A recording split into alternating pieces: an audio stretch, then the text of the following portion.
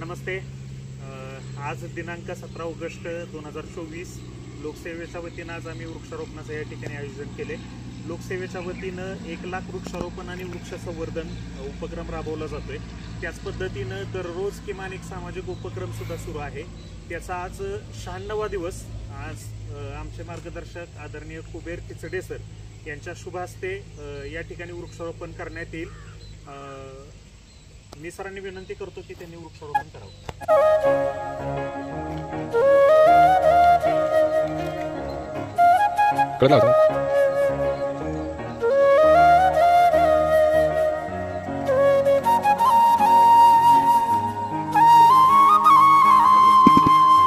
पाठीच्या साईडला सगळं मुरून टाकी स्वप्नील.